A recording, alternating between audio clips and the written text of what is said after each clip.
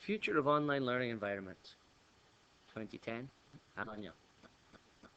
One of the likely changes that will be viewed over the coming years is an increase in the number of students who participate in online educational offerings. This move away from traditional physical learning environments, such as schools and universities, may engender changes in educational practice, learning styles, the design of online environments, as well as changes in patterns of social interaction.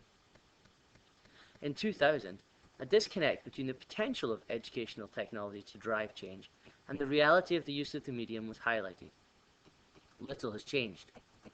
Researchers are arriving at a clear conclusion that, in the future, technology must be regarded as a learning facilitator rather than the entire medium. That teaching and learning must become the focus of online learning environment design, OLE. That the online community is an important factor in learning, and that the teaching in an online course should incorporate new, reflective, active, authentic learning, which provides the learner with a sense of ownership.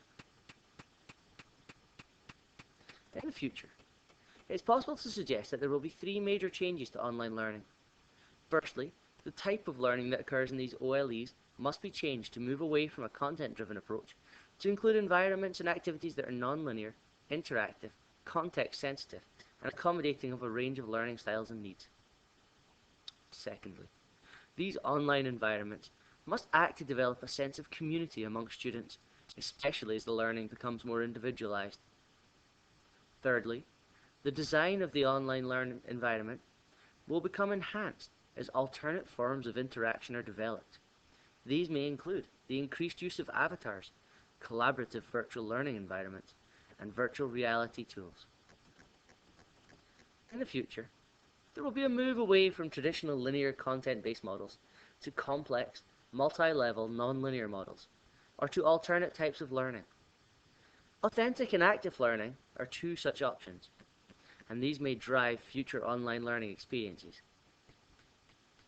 Both could be considered to be process-based, inquiry-led models which engage the participants in a process that involves the use, application, and generation of information, rather than being solely content-driven and based.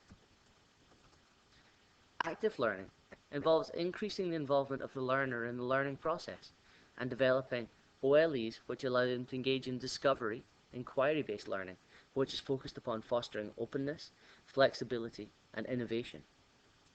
Authentic learning, by comparison, focuses upon developing learning activities and environments which provide learners with a personal relevance. These must be connected to the real world, providing authentic context and activities, access to expert performance, the opportunity to explore multiple roles and perspectives, and opportunities for collaboration, reflection, articulation, and coaching. Most importantly, these must be aligned with authentic assessment activities.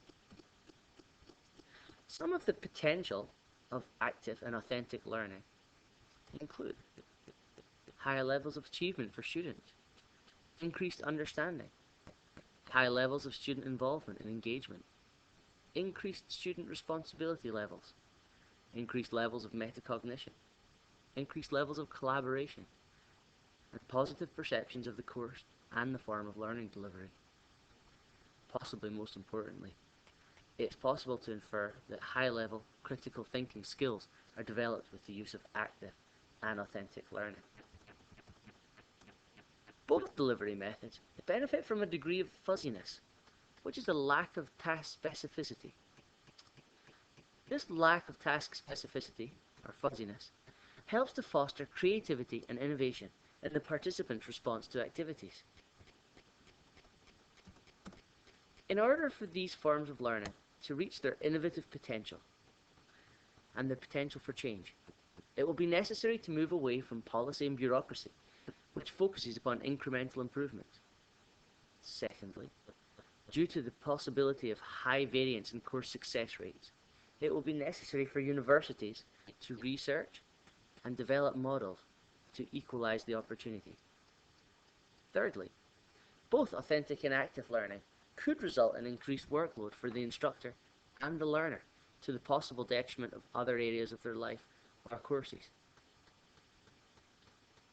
Again, this is an area for further consideration.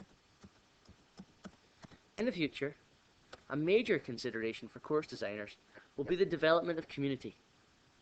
As technology has developed, students have become more adept at interacting not only face-to-face in a small environment, but in a worldwide environment, in online learning communities which are user-centered and participative.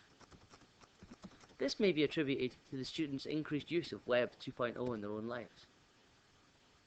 In this future, online learners will interact using a fused model of learning, which connects both their informal learning and communication models with their formal learning. The advantages of developing such communities include increased levels of social awareness, motivation, collaboration, and the potential to develop increased levels of relationships between peers and colleagues, and instructors and students.